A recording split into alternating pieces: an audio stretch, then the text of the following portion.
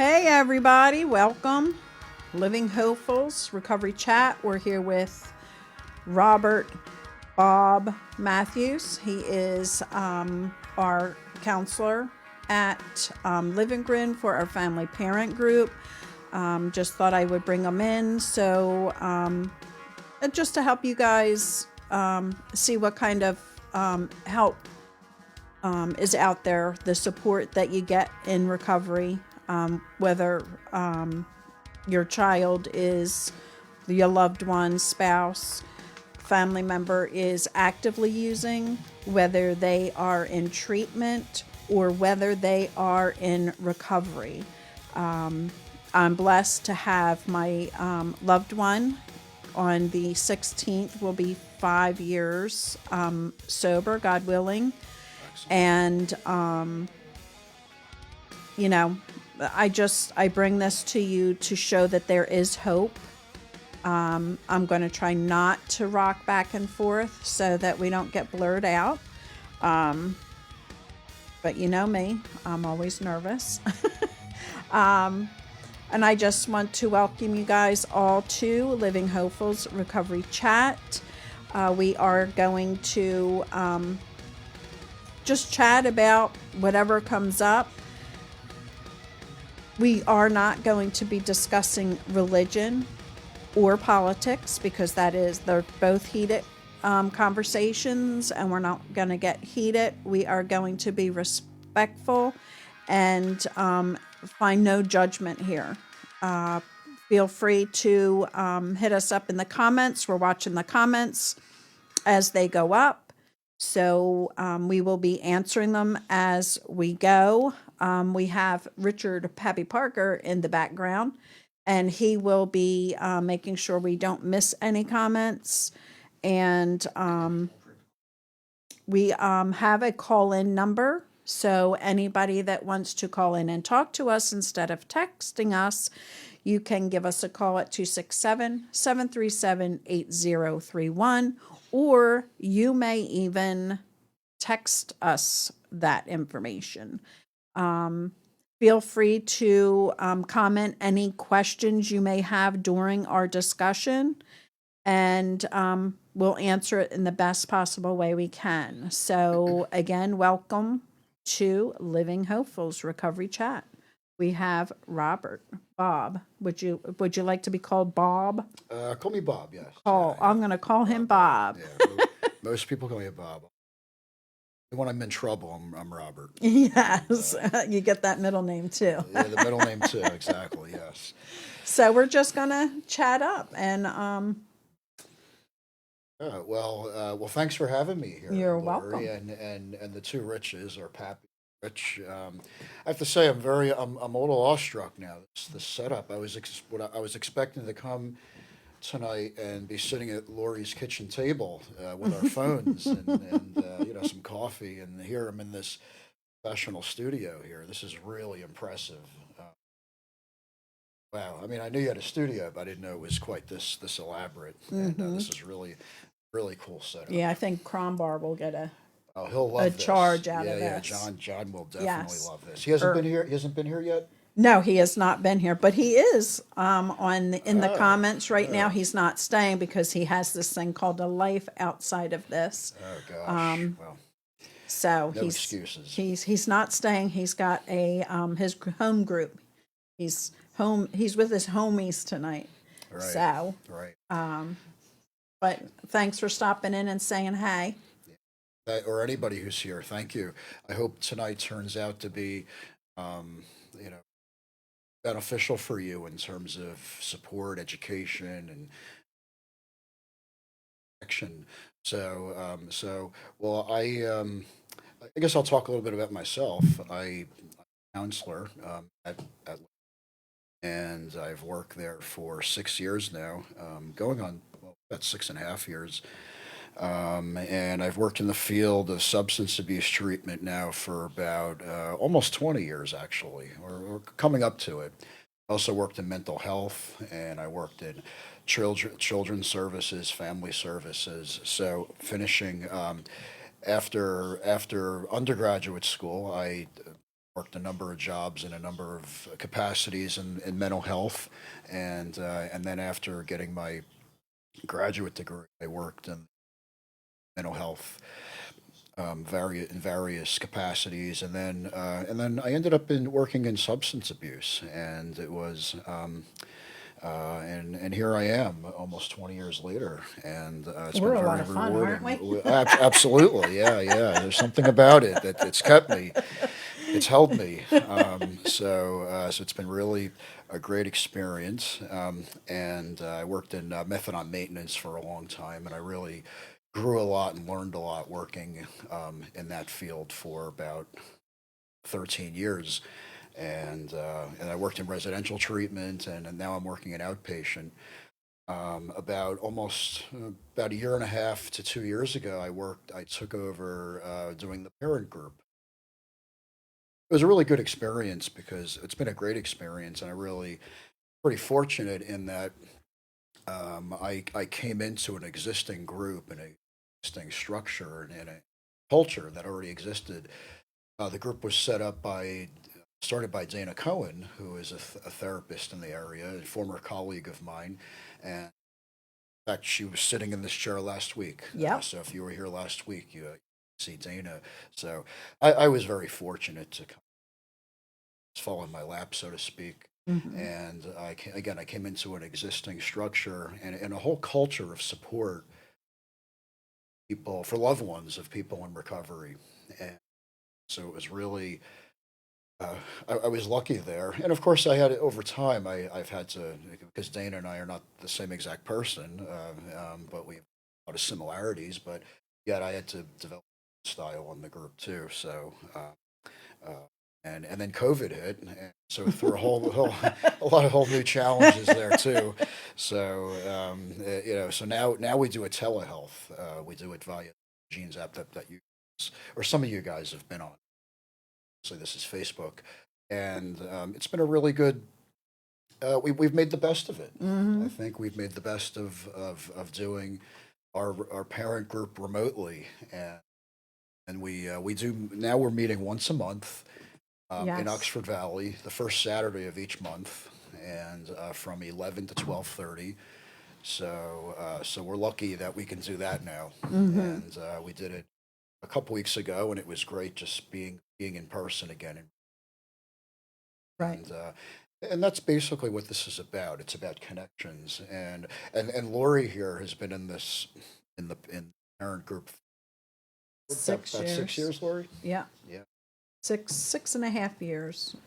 Um, yeah. So, because he's coming up on, my loved one is coming up on 5 years. So, um, probably 5.5 by October. It'll be 6 years. Hmm. So, yeah, I have to say that, without this, gosh only knows where I would be because, being my only person, in suffering from the substance use disorder, I was lost. I was a mess. So I'm grateful for Livingren for, bringing me to where I am today because I've learned a great deal, through the parent group, the family group. I didn't like a lot of what they had to say, until you get involved in it and you get to listen to stories and you get to listen to the suggestions, you get to listen to, what they've done, what they haven't done, what they did do that was successful, what they didn't do that, you know, kind of bottomed out. So I'm just grateful to have it, and I'm grateful that you were able to continue on, Dana's legacy because my loved one's going on 5 years sober, involved in this for 6 years. So I'm still coming back and I'm still learning and I'm still able to stay grounded in with all of this. So I'm grateful, and I thank you and Living Room for continuing the program. The just being back to live groups is amazing. So Yeah, absolutely. And I joke around, by the way. I call myself the Sammy Hagar of the parent group. 'Cause yes, Dana being the David Lee Roth, the second guy. But I think we're getting a lot of new members. We're getting a lot of new people coming in, so we're keeping it fresh. And we have new topics that we discuss every week, and of course, a lot of themes that we keep recurring as well. So, and a lot of concepts that come up that recur, that are that are it's important that we talk about some of the key concepts that are helpful to people that are so I'm talking about education here, and education about being being in the position of being a loved one of someone either in active addiction or currently in treatment or in early recovery, and so it's pretty much that's pretty much the landscape in which that we deal with. By the way, we are now called the Parent and Family Group, so it's not only parents we have here. Oh, it's mostly parents, I'd say. yeah, it's and we are getting a lot of spouses, which we didn't really have a lot when I first started out with this, and we're getting a lot of girlfriend boyfriend group as well. So it's nice to see how it's building up and it's becoming more of a family group, and I guess a diverse, because it's just not opiates anymore. We're getting a lot of alcohol, which we tend to forget that there's more people addicted to alcohol than the opiates. It's just alcohol takes longer. You don't hit that rock bottom real quick because first of all, it's legal. And second of all, I don't think you lose as much that fast with alcohol as you do with the opiates and the other drugs that are out there. I know meth is so big right now that, and I know right around the corner is going to be marijuana. Unfortunately, that is sad. And what I'm finding now is but when I first got involved with this, it was mostly older,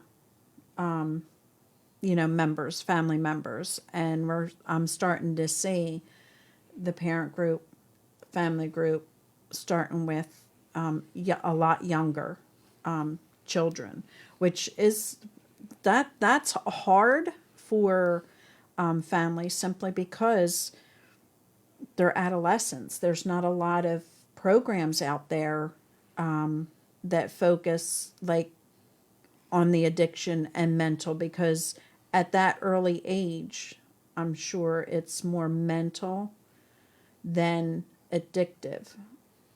I'm sure that ends up there, but it's sad to see how much younger they're becoming. Yeah, well, that's been a trend we've been seeing a lot, at least in the treatment community. That's been a trend for probably the last 15 to 20 years, actually. So basically, the opiate epidemic that I'm sure most people here are familiar with and you've heard about. So in our parent group, we get it's pretty much like Lori's saying. It's pretty much two groups with some exceptions, but it's usually younger folks, parents of younger folks who are in treatment or an opiate addiction.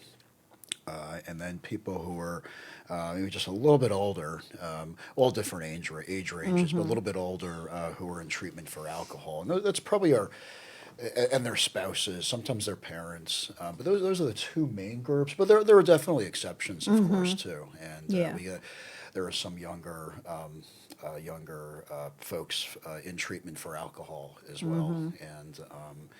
And but certainly in our treatment center, we treat all kinds of people with addictions, all substances, and but it seems to be mostly alcohol and opiates.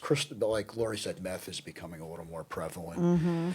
Benzodiazepines that's always that's always a constant as well. Usually with the benzodiazepines, there's an addiction to something else, like opiates and alcohol as well. And a lot of combinations too. People aren't often just addicted to just one substance. Right. Yeah, and a lot of times it's not really, it didn't start out as a substance issue.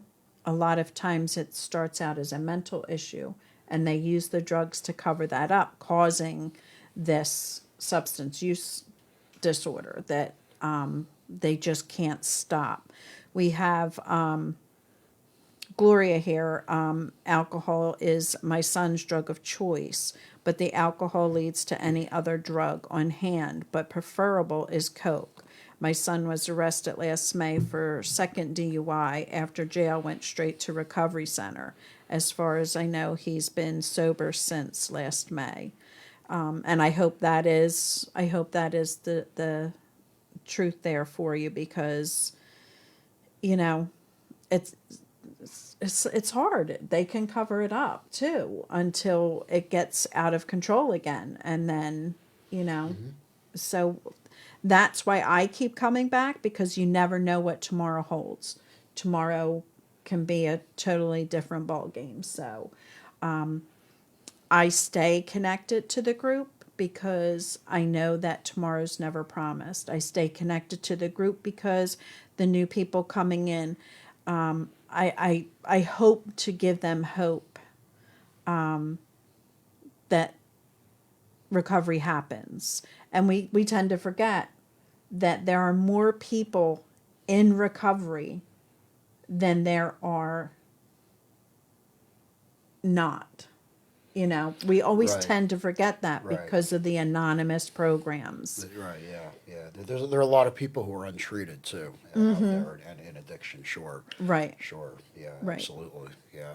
And but yeah, and also what you're saying is that because the nature of the fellowship of recovery is anonymous, so right, there are Right. people in recovery, but we don't even know. There are more people than we even know, probably, certainly, yeah, sure, Yes, alcohol is just as bad, if not worse, because you're dealing with a withdrawal that could possibly end their life. Without treatment, they are at a high risk of dying from trying to withdraw themselves. So it's very important that if you do have a loved one out there and they are suffering from alcohol, to get them into a treatment center versus trying them to get help on their own, because that can be scary, because a lot of times that also happens to be other drugs as well. So we have to be. Deborah just joined us. Yes, Deborah, welcome again. Hey, Deborah. Deborah's been here a few times, and I'm glad to see you back, and I'm hoping that you can find some strength and support. So I just, it's everybody's just so hung up on the opiates, but we always forget that there's just other things: gambling, sex, food. I'm a food, like, that's my thing. Sugar is my thing. Join the club. So, although I'm not going to hurt myself over the food, I'm just going to get big. So, it's hard because COVID has taken away from the help that we need. We're not hearing it again. We're not hearing about, the overdoses. We're not hearing about the drugs. We're not hearing about everything that was so prevalent in the news. Yeah, I'm starting to hear a little bit here and there, more and more now, but I fully agree. It's not. It's certainly not enough, and I know it certainly seems to the issue of substance abuse and the ravages of it really seem to have taken a back seat in the last year. Of course, to COVID, and I'm starting to hear a little bit more here and there, but it is still a major problem. And speaking of alcohol too, a lot of people still. It's every now and then I have to remind myself of the statistics that alcohol is actually still the number one killer in terms of drugs. So, in other words, there are more alcohol-related deaths than any other substance still. And so, like Lori said, we hear about the opiates a lot, and it is a terrible epidemic, and we've lost a lot of people, and it's been horrible. But alcohol is still, we can't underestimate the damage that alcoholism causes to individuals and society. It's pretty bad. Also, one demographic that's on the rise in terms of alcohol abuse is women actually, and women. Especially, well, women of all ages, but especially women who are, I guess, what in our society we would call middle age, and yeah, a lot of, and yeah, there's a lot of alcohol abuse and alcoholism, and we see that we see a lot of women coming into the treatment centers now, but certainly a lot of younger women too. But there's a lot of there's a lot of women struggling with alcohol right now. I don't know what accounts for it. I don't know why that is It really. makes many of us men look more attractive to them, I think. Maybe Pappy, you're onto something there. We'll have to. And you know, that is something that I noticed too when we were still meeting. There were more females coming in to the meetings. Once a month, our parent family group holds a speaker meeting, and that is where they bring somebody in long-term recovery in to speak. The parents, spouses, family members, friends come in as well because it is our group. But they also bring over patients from the rehab, and we can actually talk amongst each other. The speaker speaks, then the floor is open for questions and suggestions, and such an amazing way to approach the support. I found so much strength from that because when this all started, it was just, there was no hope there because of what I've seen in my past.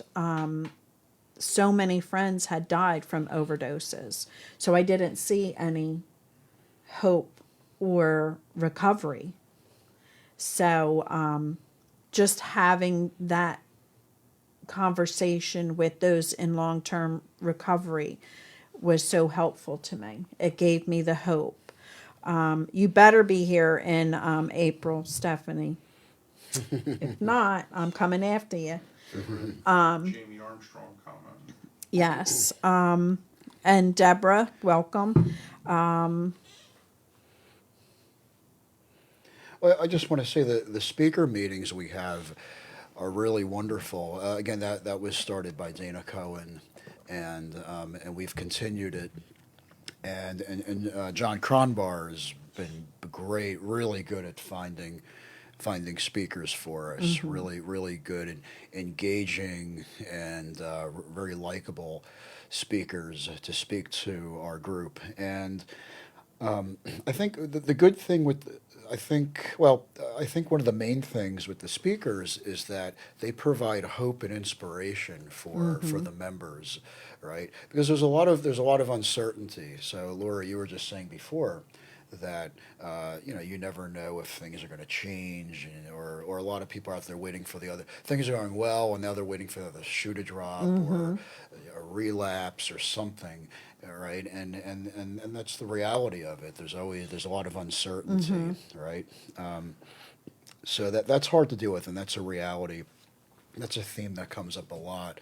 So, so our group members, the loved ones of people in addiction and recovery, it's really good for them to see that recovery is a real thing, that it really does exist. People do recover, and then when our speakers are telling their stories, they we encourage them to just tell it all, or actually whatever they're comfortable telling. But usually they'll just tell their whole story, right? Yeah. They'll talk about their lows, the lowest of the low that they've been at in their lives.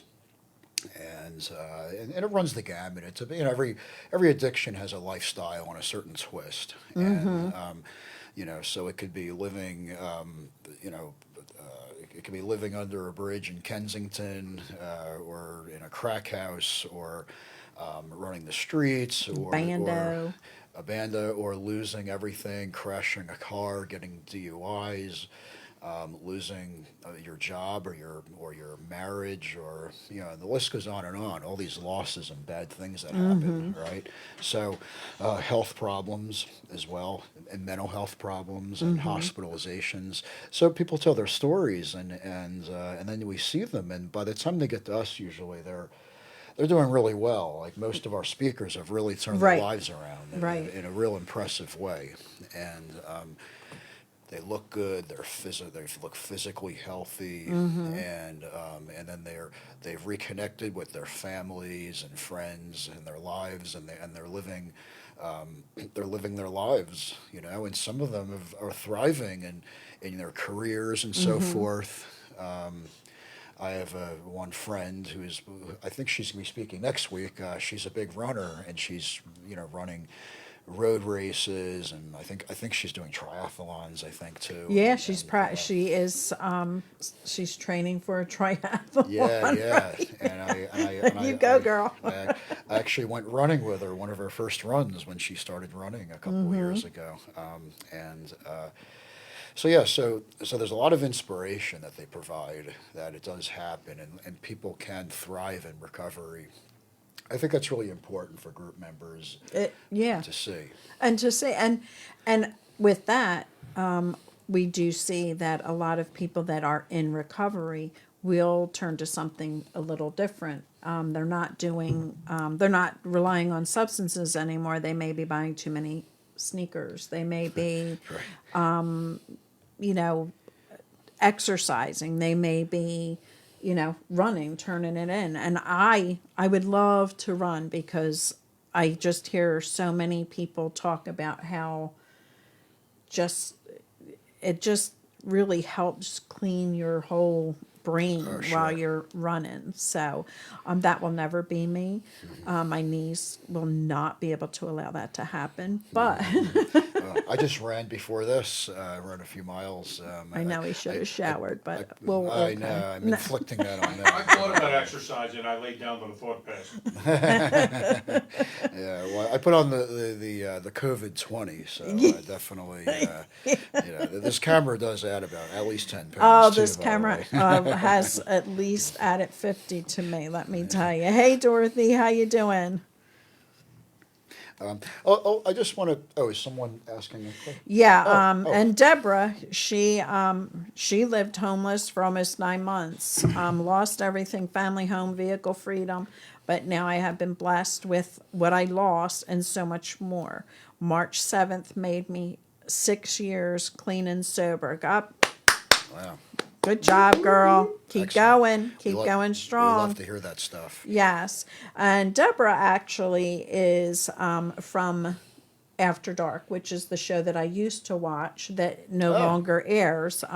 We Oh. called ourselves Honey Badgers because they're a strong, Oh, they fight. They're fierce, They're yes, fierce fighters. So that's, Mary Ellen's here as well. She's also from after dark. So my girl Trish, you better call me. I'm not happy with you right now.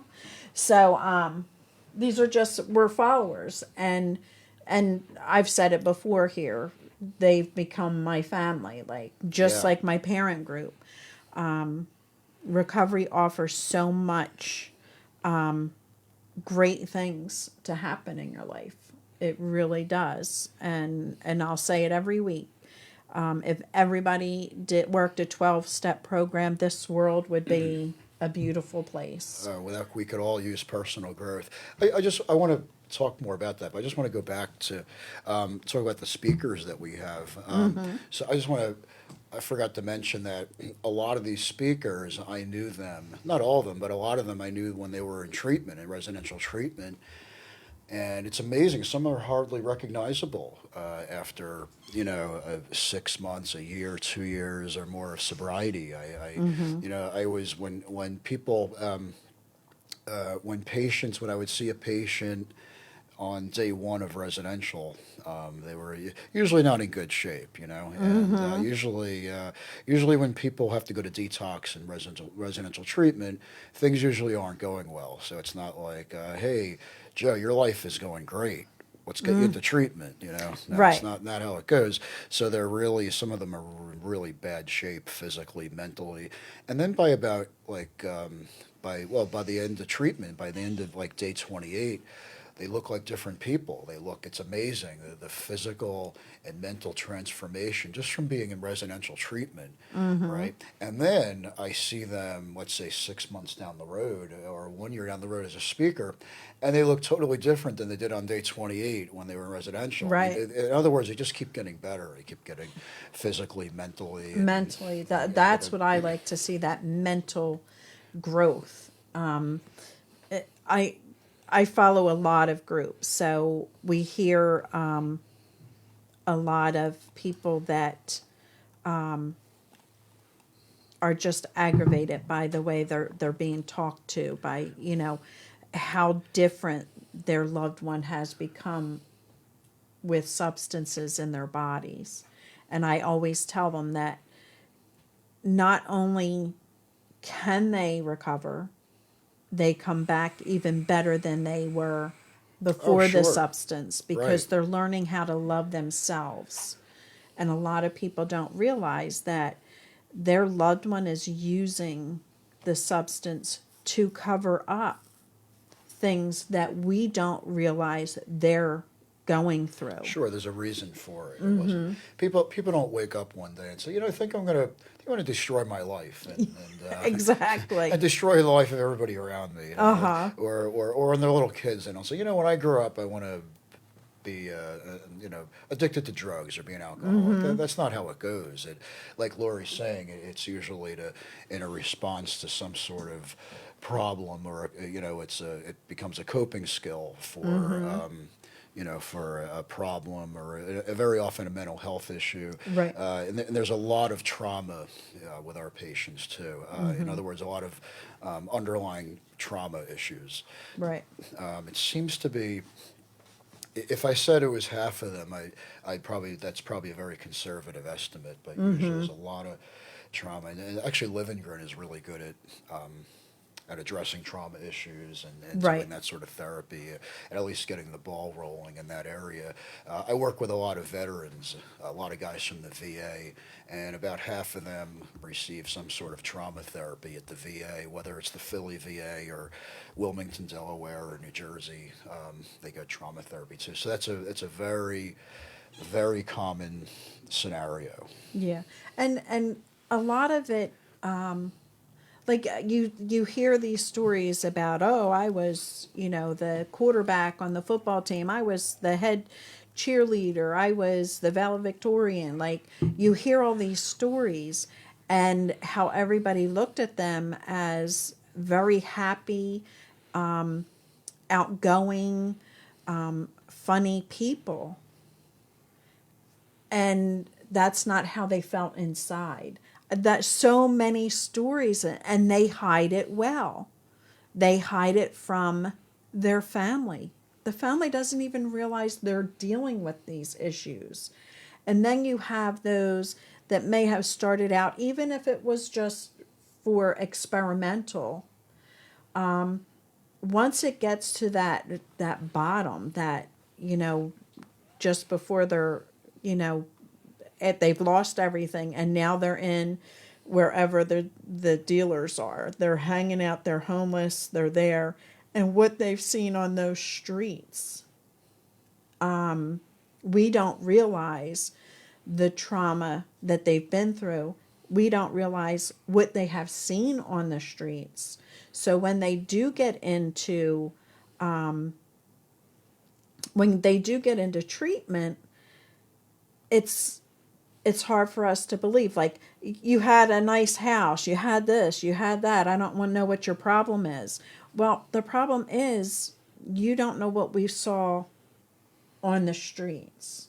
You don't know the horror they've seen. You don't know how bad it really was. And I don't say that to scare anybody, like, oh, they're going to be homeless and it's a fact of life. I mean, that's Lori, that's a good question. that's what this disease does.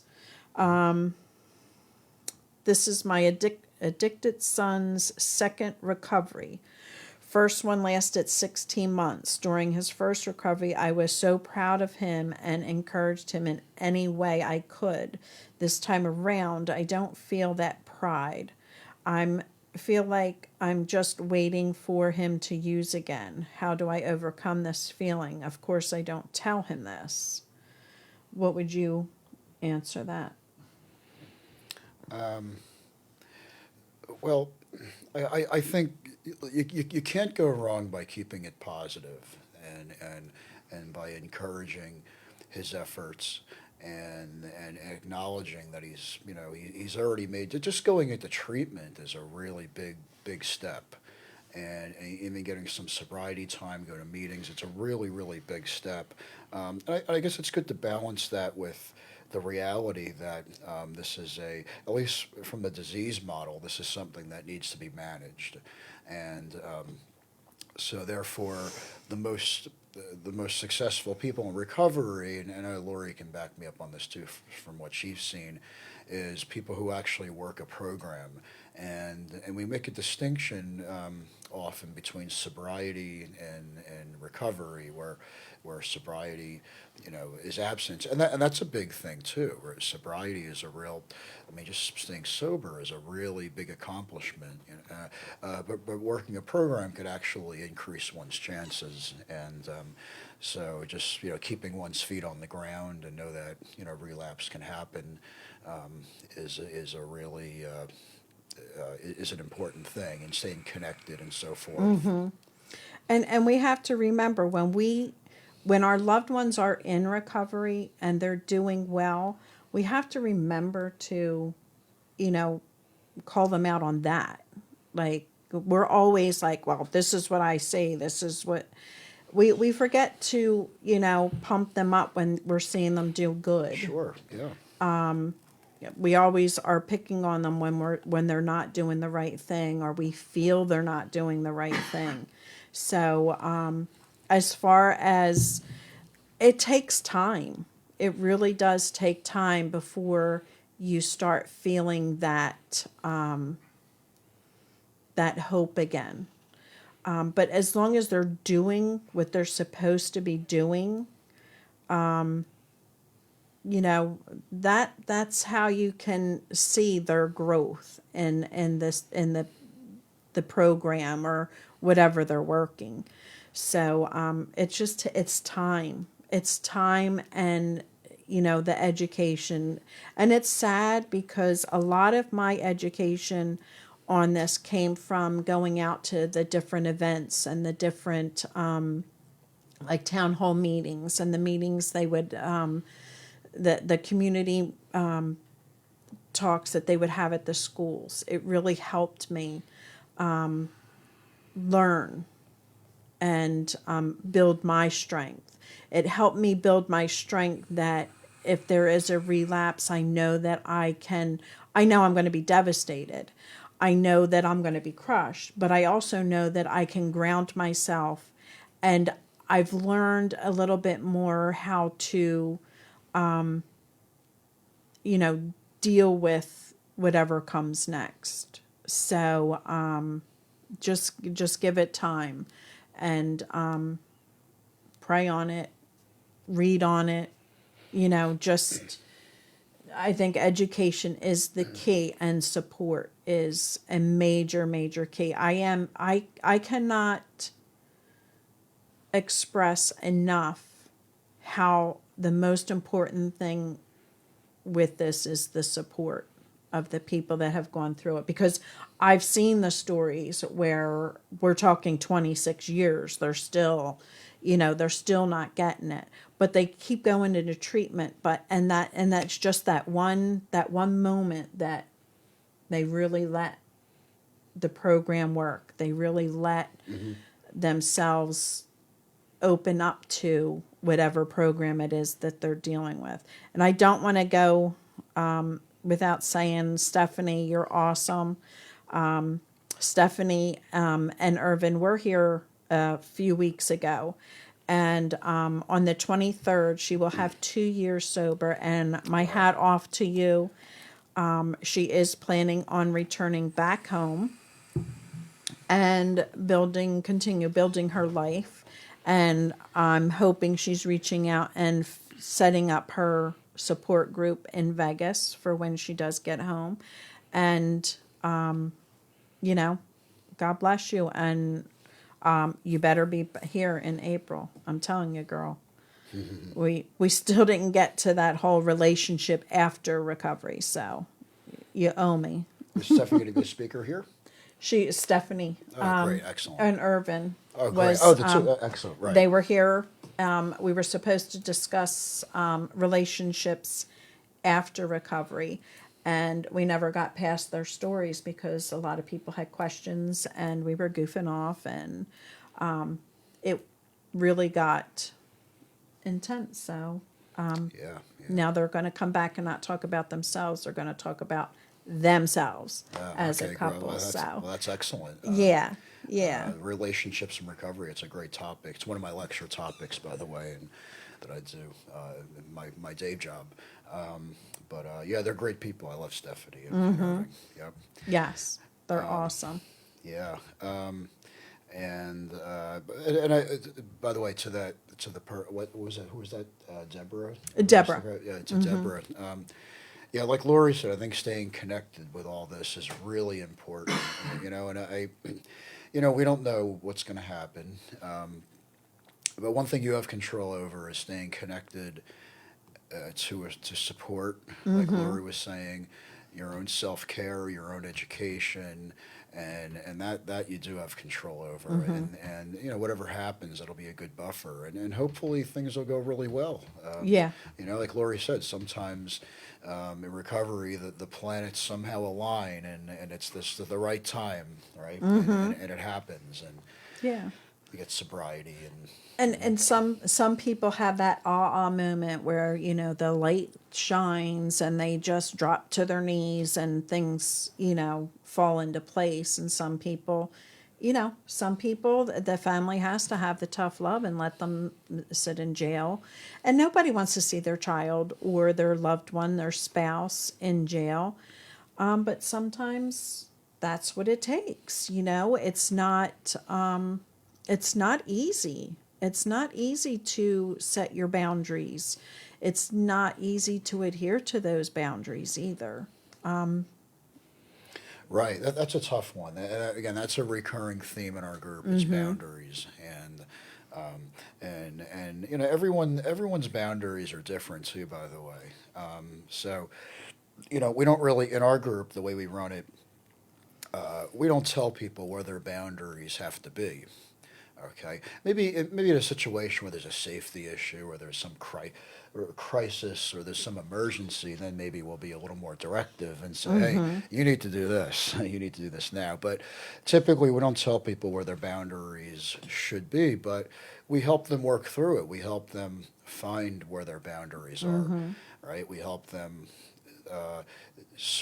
do a little soul searching and introspection and also looking at their lives and and looking at where boundaries would be good for them, you know, and some boundaries need to be really firm and rigid, real important ones, and other boundaries can be a little more flexible too. So there's a lot of give and take too. Yeah, and I think that's really important because, especially when they're in treatment, and it's you're coming up to the family meeting, and it's just like, what are we discussing? Like, am I saying like you did this, you did that, you stole this, you stole that, you know, you cursed at me? Do we say, you know, what do we need? What do you need? What do you need from us? What can we help you with? What can you, you know, nobody knows. If it's your first time round, nobody knows what to do. So it's important that you talk to the counselor and you ask the questions. It's important that when our loved ones are in treatment, that we are listening, that our ears are opening, because sometimes we like to just say, you know, you don't know what you're talking about. I know better than you. I have a normal brain. You don't. So we have to be very careful with that, and not jump down their throats. Or I was just on another page, and a woman is coming up for her family group, and she wants to know, do I scream at him? Do I tell him what he's put us through? Do I tell him the financial stress that he's put us in? Do I tell him that, you know, our mental, that do I remind him how much sleep you know, this is, I think, now this is me. And the first go round, I was like, yes, that's what I want to get across, you know? And I think we have to really be careful because they are in early treatment. They're, you know, that stuff can set them back and get them running. So it's important that you talk to the counselor about what it is that you want to talk to your loved one about while they're there, because your counselor is going to be able to direct you. At least I think they do. Sure. Oh, yeah. That's the counselor's job, and they most counselors I know do a wonderful job at that. And so the family, so we're talking about the family session while they're in residential treatment. That in most treatment centers, not only ours, but most, that is a requirement. It's part of the treatment. And in most cases, the families are able to participate in the family session. Sometimes there are some situations where, for one reason or another, the family can't do it, or sadly, in some cases, the patient has burned a lot of bridges, and, Yes. and the families, they're out of contact with the family, and hopefully at some point they will regain contact with the family again. But sometimes it's just the reality. Most of the times the families come in, and well, with COVID now, it's now telehealth or phone family sessions. Right. But BC before COVID, they used to come in person, and we would do sessions. But yeah, well, you know, not all of a patient's problems are going to be solved in 28 days of treatment. Right. Right. 28 days goes by pretty fast. Although sometimes to the patients when they're there, it seems like an eternity, but it's actually pretty quick. The funny thing is that a lot of patients, they don't want to be there in the beginning, and then by about 2-3 weeks in, they start to like it, and then they don't want to leave. Right. And go back to reality. So it's kind of funny the way that goes. And I think that's because they're feeling that relief. Like they're Sure. not depending on the substance.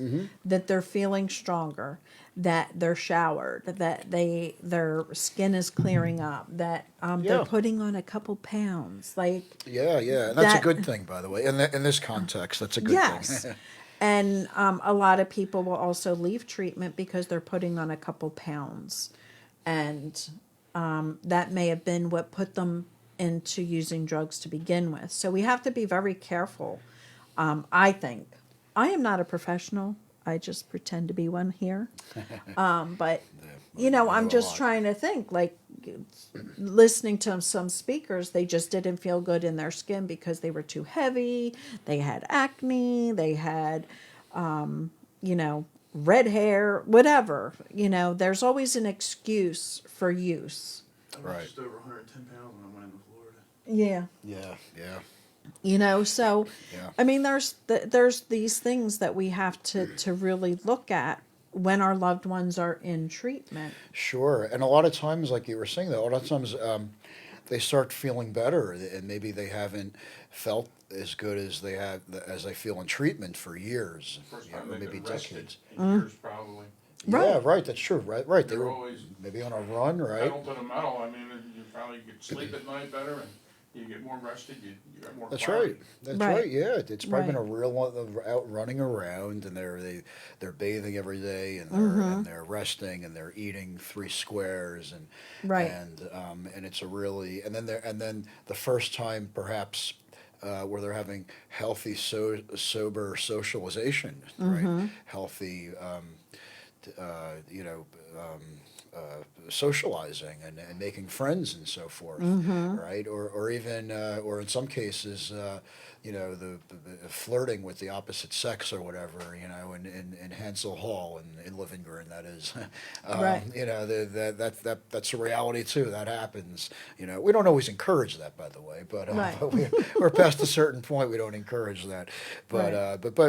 but nonetheless, these people, they start to feel good, and then maybe they start to feel attractive again, and they start to feel connected to other people, and it's been a long time. So yeah, that's all part of the process, you know. And by the way, the structure and the routine is actually part of the treatment too. Just that healthy routine Right. of, you know, getting up at a certain time, making the bed, cleaning your room, and getting dressed, Right. showering, and all that stuff. Some folks haven't done that in a really long time. Right. So And 28 days is just a Band-Aid. right, it's just a starting point. Right. And because it takes 90 days for the brain to really register. So when you leave treatment and you stop making that bed and you stop getting up at 6 to go to your first meeting and you stop doing the lecture, then all of the stinking thinking that they call it starts to come back in.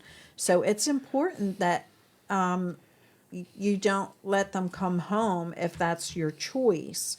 And okay, why don't you sleep in? You had a rough 28 days, you know, they making you get up at 6 o'clock in the morning for your, so you have to make sure, well, you don't have to make sure, but they have to make sure that they are following that pattern that they were learning in that 28 days. Right, sure. In other words, not go back home and fall into the same old lifestyle and routines. Right. And just kind of keep it up, get a start. I know there's a question from an audience member, but I just want to finish up my Yeah, thought. I don't mean to butt in, but Oh, I go ahead, think Pappy. Bob touched on something about the flirting. I think for many, in the depths of your addiction, you have no sex drive many times. Oh, right, sure, yeah. I mean, because your brain isn't producing the chemicals to give you Right. that euphoria, that feeling, that drive. And this might be the first time in a long time that they've had those intimate feelings. That's mean, right. I mean, people don't realize that the power of the brain. I mean, it becomes neutralized. I mean, all this emotion and stuff. I mean, it's That's a good point, Pappy, because look, a lot of in active addiction, normal functioning, normal things that we do go by the wayside, and including regular eating or drinking, you know, water or sleeping or sex, right, or romantic relationships. They tend to take a back seat to just the narrow focus of the drug or the addictive behavior. So that's a really good point. A lot of them, that's the first time We've they've got a done that. caller calling in. Oh. Hello, caller. You may give us your name if you wish. If you want to stay anonymous, that's okay too. Any questions that you have for us? No, hi, it's Larry. I'm an alcoholic.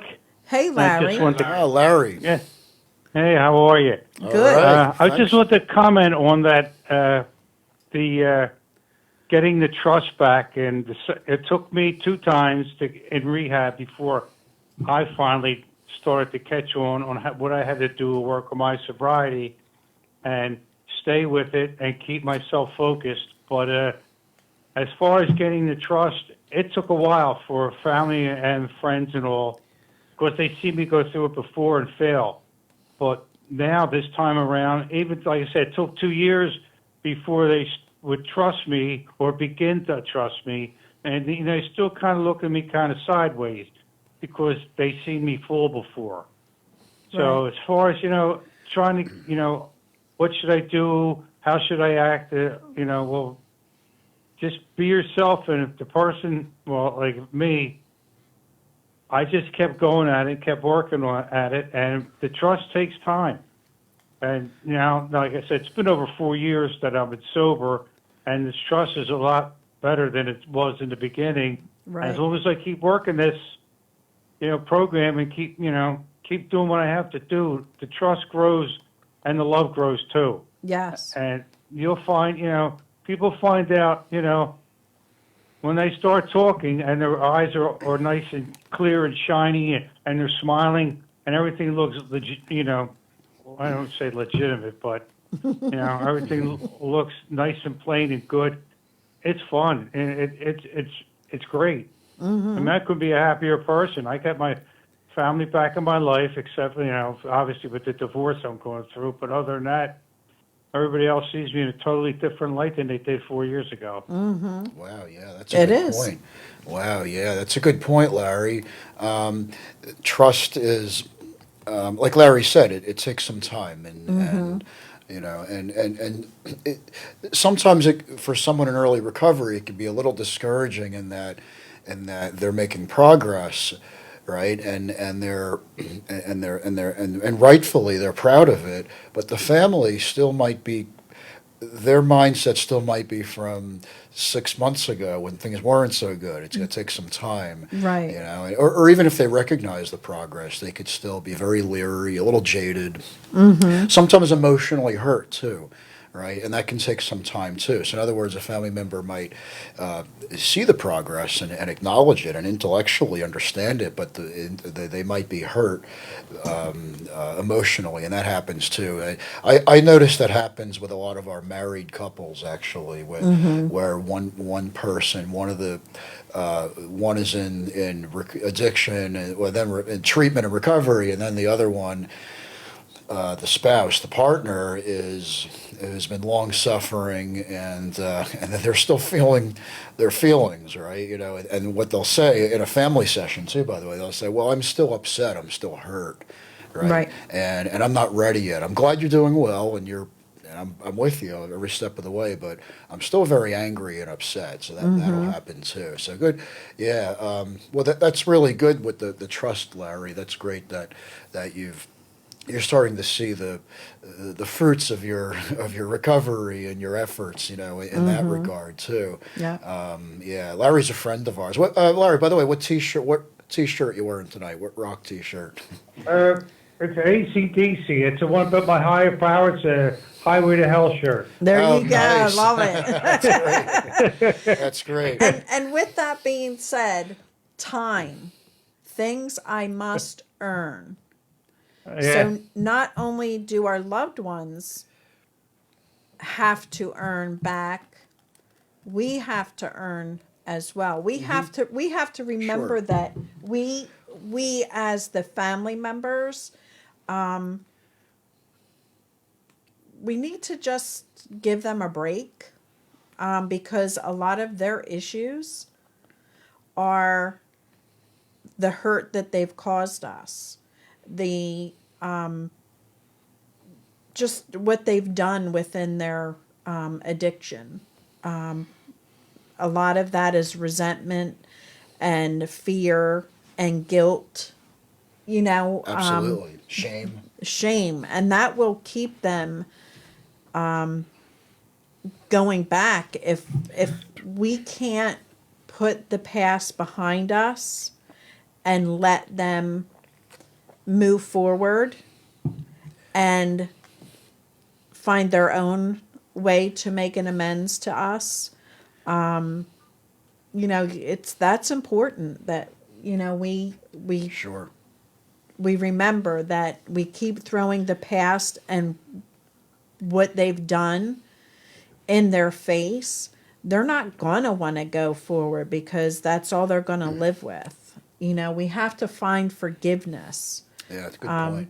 We really do. We need to remember that that was not them causing that. That was the substance. We know the person that they were before addiction. We just have to know that there's a new person. You may not like the person that they become, or you may be just overjoyed with the new person they become. So, you know, take it with a grain of salt, really. It's All right, I'm going to go. I'm going to listen. I'm going to hang up. All right. Nice all seeing right, you guys. Larry. Thank Thanks you, for Larry. calling. Good to hear you, No Larry. problem. All right. Bye. Okay, bye-bye. By the way, Lori asked a question about, success rate, the longer in treatment, the better the success rate. I mean, definitely so. I don't know if you've seen that question. Yes, I did. I wanted to get to that one too. Yeah. My job. you're doing very well, Thank Pappy. you. Yeah. And Gloria, You're yeah. our producer. In my opinion, it takes 90 days supposedly for the brain to change, to get used to repetitive things in your life. So it's going to take some time. And I honestly believe that the longer you are in treatment, the more success you'll have. And research actually bears that out. In other words, the more times you're, some people think it, sometimes patients will be looked down upon or shamed or disparaged for having a number of treatment episodes. But really, the number of treatment, the amount of time in treatment actually is a predictor of success and recovery, actually. And Deborah said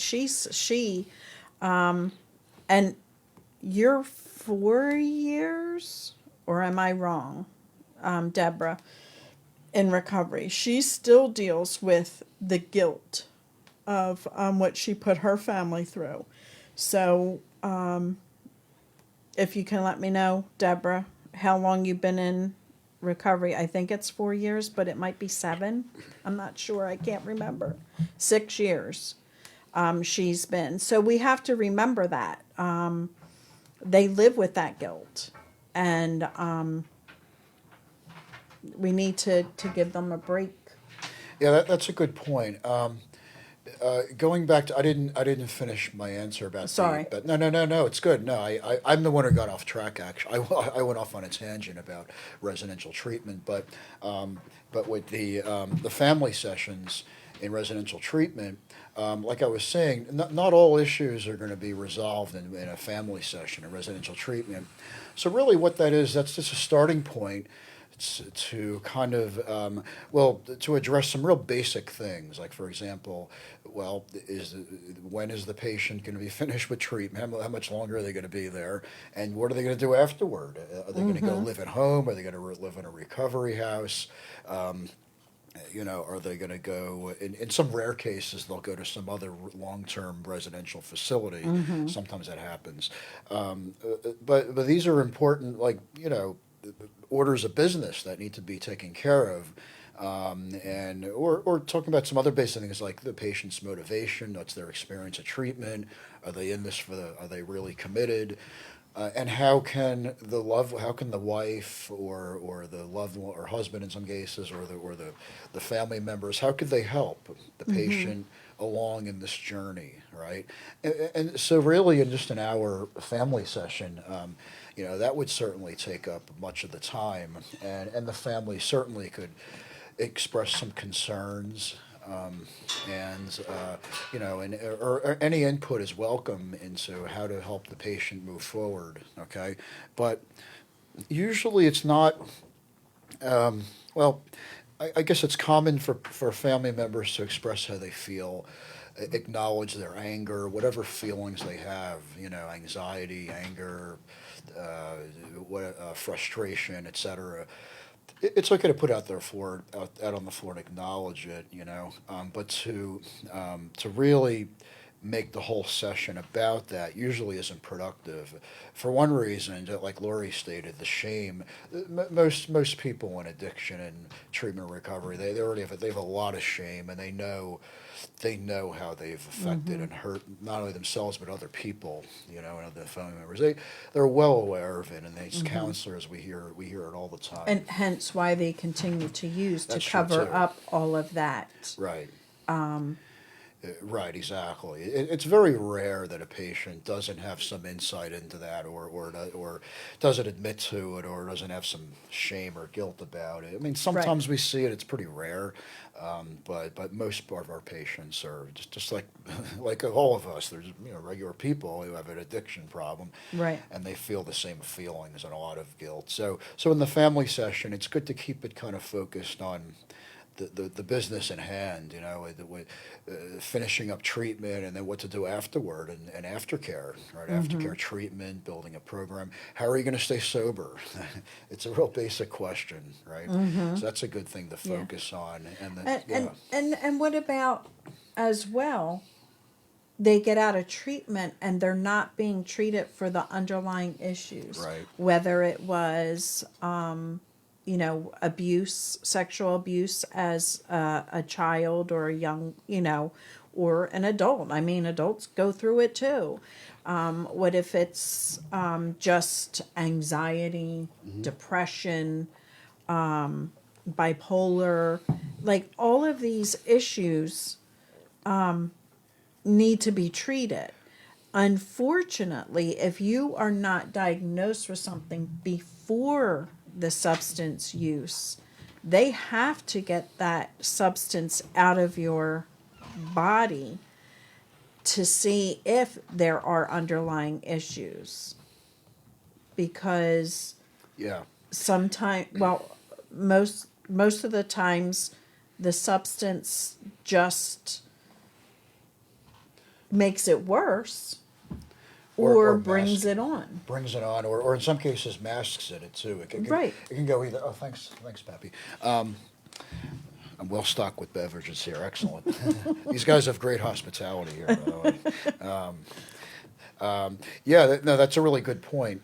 It's hard to make a real thorough and definitive and accurate psychiatric mental health diagnosis when someone's in active addiction. It's really Right. hard, or even in treatment or early recovery, because patients are still feeling the effects of their substance abuse, right? In other words, they're not fully physically, mentally stabilized. Also, they're going through this. They've gone through a lot of stress, right? Of the addictive lifestyle, which actually it can be traumatic in itself too. So what's really sad is that often we have patients who have trauma histories, right, and then they get into addiction, the addictive lifestyle, alcohol, drugs, etc., and bad things happen. And then they become traumatized all over again, or re-traumatized in different ways, right? And it just makes their symptoms a lot worse. It makes the addiction more entrenched and hard to get out of. So that's a hard thing. So what you were saying was, part of aftercare should be mental health is certainly a consideration with aftercare. Yeah, because I mean, a lot of us neglect that whole thought process. That maybe there is more that needs to be done, especially if they are not diagnosed prior to substance Right. use. I mean that's a very important aspect of it. And what they've seen if they're homeless and living in abandoned buildings and living on the streets, the things that they see can bring out a lot of mental issues. Absolutely, sure. Yeah. So I just think that that's really important that you discuss with your counselor what steps maybe they would suggest. And my suggestion, and this is just me, and this is just, I'm not a doctor, I'm just a family member going through it, my suggestion is to make sure that you really search out the doctor and make sure that it's not they're not going to first start with drugs to treat something that you're trying to stop. Sure, that's always a challenge. Look for somebody. Okay, I believe there could be some anxiety issues. So let's talk to a therapist that doesn't treat with medicine, but also has treats for addiction as well. So Right. that what is it? Co-occurring. Co-occurring. I mean, that's important. We don't think about that stuff. We just need them to stop doing drugs, and then he'll stop, being crazy. Yeah, co-occurring disorders are very common. That is, when a substance abuse disorder co-occurs or happens at the same time as a mental health disorder, a mental health issue. It's very, very common. And it's something, there's more awareness of it now. And most treatment centers, have a form of co-occurring treatment. So in other words, basically psychiatric mental health treatment in addition. Right. And which usually very often it takes the form of some form of medication, pharmacotherapy, and it's not uncommon for patients to take psychotropic medication while they're in early recovery, which helps the brain kind of restore some balance, or to help them sleep. Sleep issues are very common. They're more the rule than the exception Right. in treatment early recovery too. Doesn't mean it's going to last forever. In most cases, it gets better. Right. And Deborah, you spoiled your son too much. That's probably why he has addiction. No. There's something underlying. It has nothing to do with you. It has to do with the brain. That has to do with chemicals missing, and the drug just helping them react better.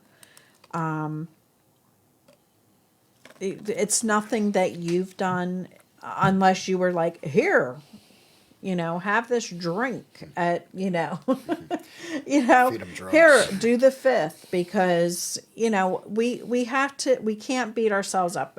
Dana always said, the woulda, shoulda, couldas, which we should all over ourselves. Should all of ourselves. I yes. mean, so we really need to step back, and yeah, some families have, what is it, a lot of addiction in Yeah, their. it's very prevalent. Yeah. Yeah. So yeah.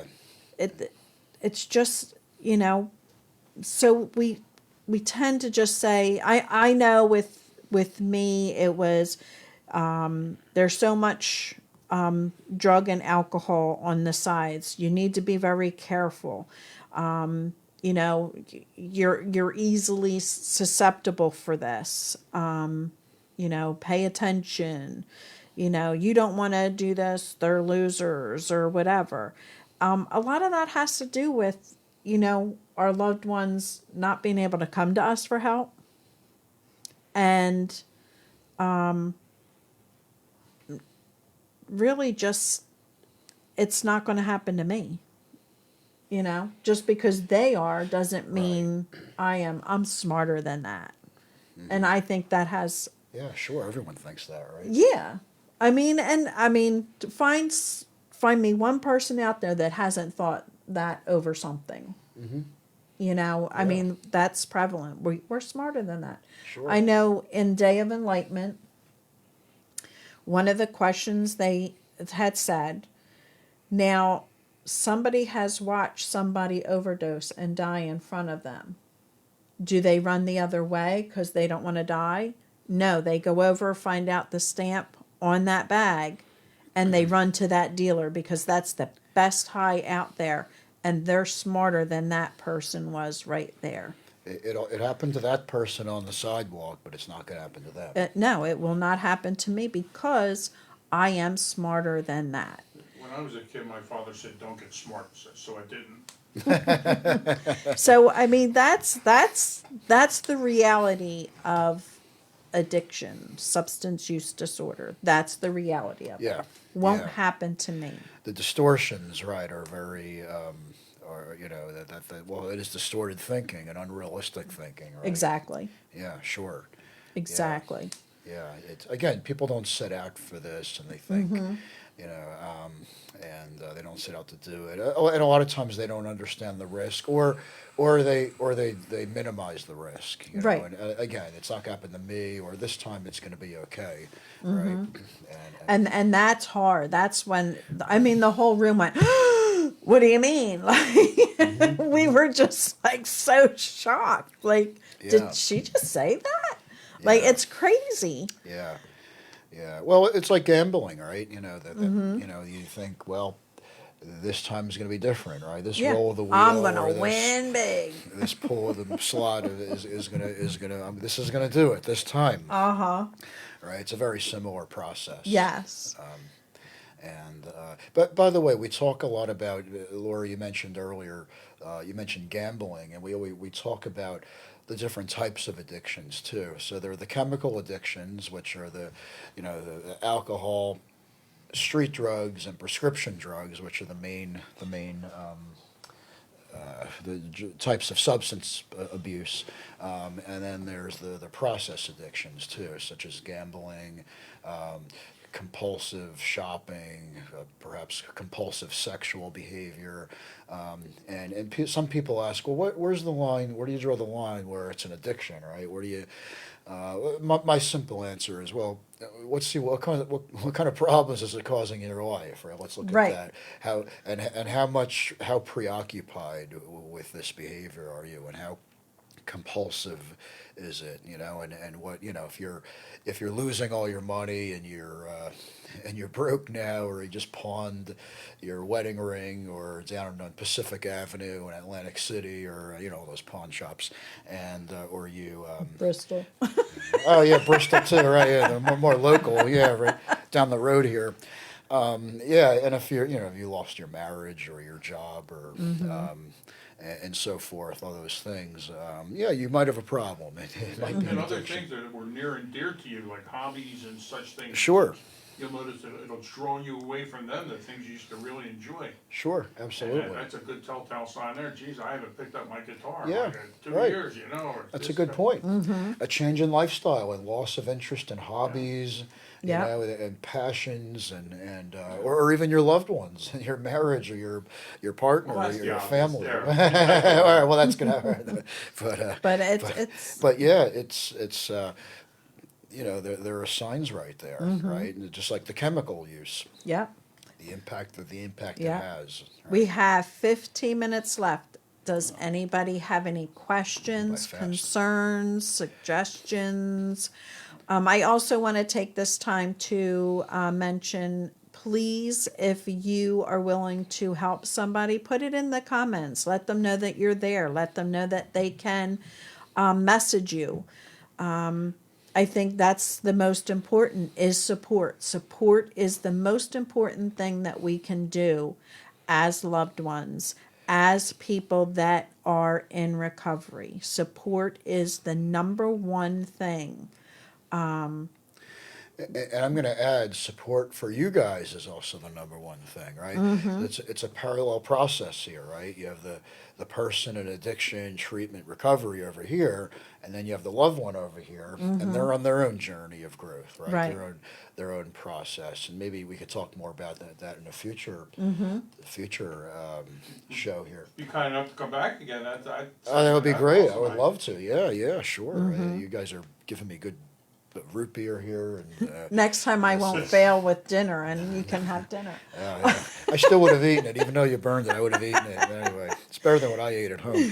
So, but yeah, so there's a parallel process here between the you know, what your loved one's going through, what you're going through too, your own journey of personal growth. That's a concept that's hard for people in the beginning, and I know, Laura, you've talked about that too. Yeah. Because in the beginning, it's always, well, it's, you know, it's all about my the loved one, right, and what they're putting us through and so forth. And you know, as we say, at the end of the day, we're still, as cruel as life can be, we're all responsible for ourselves when the sun goes down at the end of the day, right? Or for our lives, no matter, even though there's a lot of unfairness, certainly, but, you know, and that goes for people who are, you know, part of, who are going through this. So support for you guys, and in the parent group, we provide, Lori mentions connection and support. That's probably the main thing that we offer, this connection Right. to other people who understand what you're going through, right? Right. You know, maybe your neighbors don't understand, or your family, or Right. your coworkers. Or they might know a little, but they may not understand fully. But coming to like a parent group or an Al-Anon meeting or an R-Anon, you know, anything like that, ACOA, CODA, Codependents Anonymous, anything like in this realm, people are going to understand where you're coming from. So you get that understanding. You're heard, right? You're validated, okay, and you're connecting with other people. You're also connecting with resources too. Exactly. And I know when we do the parent group, we spend at least the first 10, 15 minutes with announcements and resources, Right. events that are going on in the community. And John is wonderful for that. And Yes. Lori, John and Lori actually are really, they have their ear to the ground. They know what's going on in the, way more than I do actually, the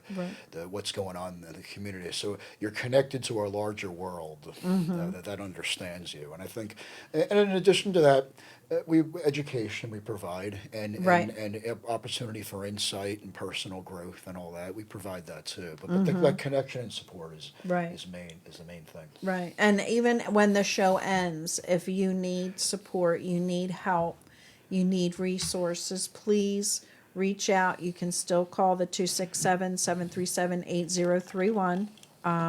If I do not answer, I will get back to you. If you want to text me, let me know that you're who you are and you're from the show. Please do so. I can put you in my contacts and help find the resources. I have connections through different states, just through the pages that I follow, and help you with anything, and just to listen. You want to cry, scream, shout, whatever, I'm here. I did go back to work. I only work 4 hours a day during the day, and I cannot get on the phone, but I will definitely get back to you as soon as possible. But that's what we're here for, so please reach out. I think Lori has a question, best answered by you, hon. What is that? He says, are there key words or phrases that help an addict that is in recovery? Lori's got a lot of go with the phrases. Yeah. Our favorite. I can honestly It works if you work it. Yeah, I can honestly say I used to hate the slogans. Hate the 3 C's. Oh, you didn't cause it. You can't cure it. I used to hate that. But today I live by those slogans that are used in there. I was just saying last week how we used to make fun of the bumper stickers, one day at a time. Easy does it. We're like, oh, there's an alcoholic, there's a drunk, like, get away from self-identifying on the back in the day of bumper stickers. Right. It's And okay. and back in the day, you didn't know does what it. that meant. I didn't know, because it yeah. was anonymous. Yeah, right. Was such an anonymous They're program, kinda but cryptic messages. my yeah. uncle went through it. So, Every anonymous meeting start with, my name is, it's counterintuitive. but it doesn't mention a last name. But Yeah. because it was so anonymous back in the day, nobody knew that except for someone going through Alcoholics Anonymous. Yeah. Like, you just didn't know it. And I will say, my favorite slogan is, nothing changes if nothing changes. If we continue to keep doing for our loved ones without changing the script, it's just going to continue that whole rat race of chasing them and doing for them. You know, the biggest thing, and I'm going to say, Glory, the biggest thing that helped me was my sesh book. I don't know if I have it here. I do. This is the Sharing Experience Strength. That you can leave that. I'm just playing with it. Sharing Experience, Strength, and Hope. I don't know if you can see that, the glares in there. But this is a Naranon daily reader. This was my Bible in the beginning. This really helped me get through some very difficult moments. And the other one is Oh, you brought the other one, huh? The big the one. big one, yeah. Beyond Beyond Addiction. addiction. This really will teach you. This will really teach you how to talk to your loved ones, to keep it positive. So, it's very important that you read these resources because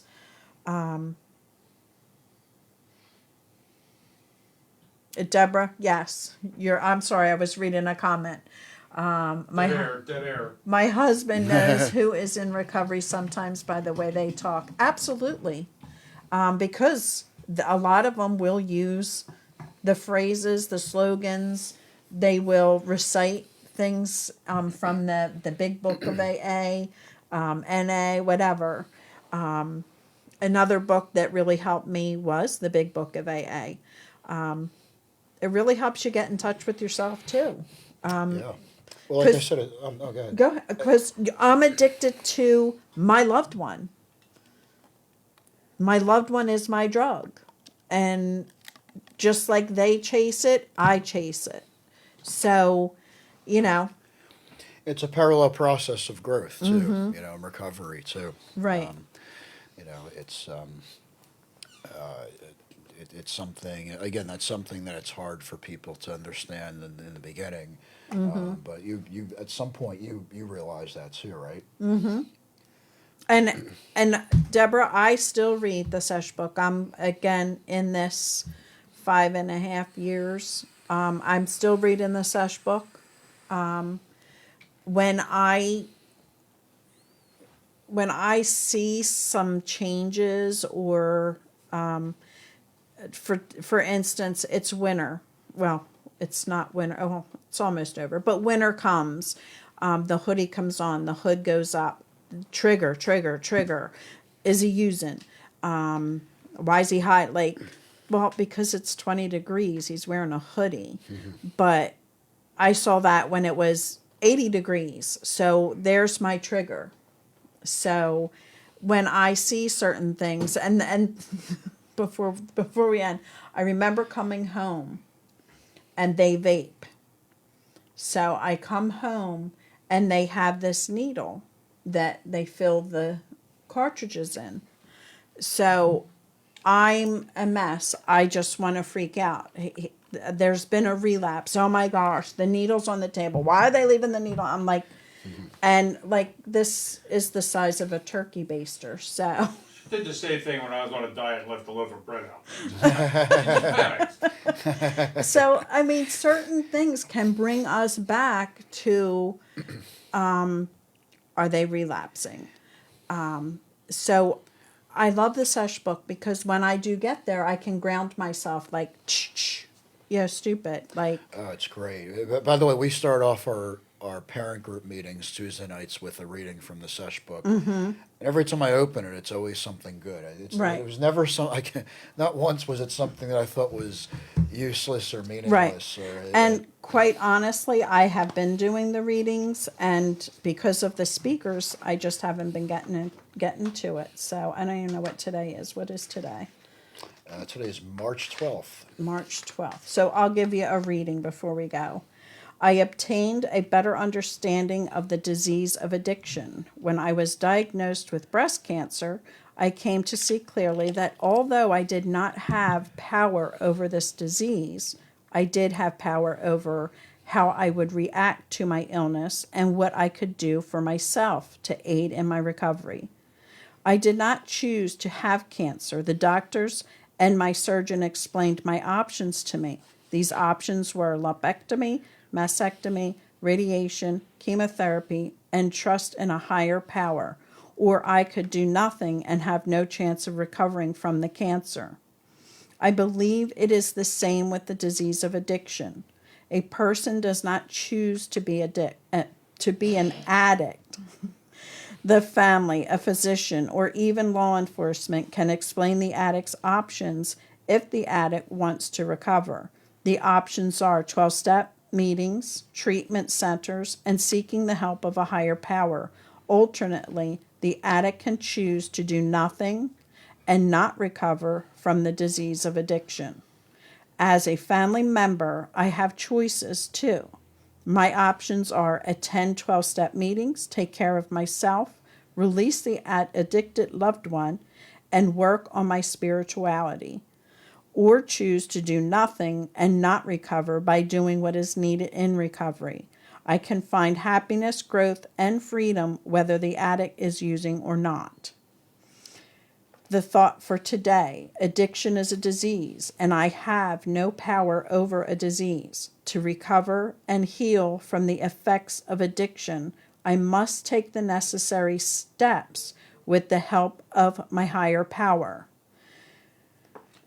And today, I will trust that God will do for me what I cannot do for myself. I will do my part, working the 12 steps and letting God do the rest. By Melody Beattie.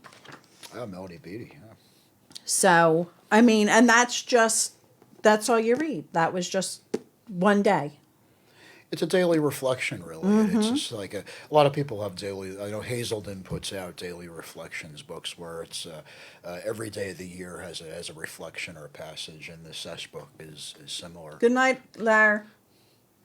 Oh, Larry. Good night, Larry. But by the way, I paid Larry $20 to call us earlier. There you go. So add a little pizzazz to We'll our. get viewers any way we can. Yeah, right, exactly. Yeah.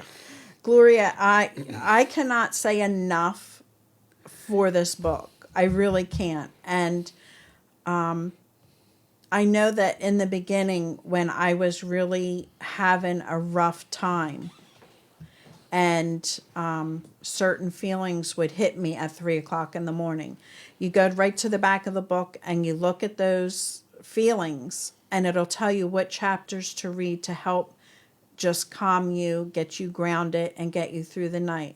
I think the most important thing that I've found helped me was journaling. Mm-hmm. Journaling was so important in my process. Because there's just some things that you don't feel comfortable sharing. There's just some things that you would think, how could a parent say that? How could a spouse say that? How could a friend say that? Putting it on paper and just getting it out is just so uplifting and grounding. So you can choose to save it and read it later. You can choose to crumble it and burn it. You can choose to throw it out. It's just letting go of it, letting it out. It's an emotional release, or it's kind of cathartic. Also, just to help organize your thoughts, and get some clarity, right? Right. Yeah. Do you have any ending philosophy? Philosophy. Well, Encouraging we don't want words? we don't want to be here all night with me philosophizing. Oh, okay. We Encouraging can. words. Yeah. Well, I just want to say this is my first time doing this. I really enjoyed it, and I didn't know what to expect.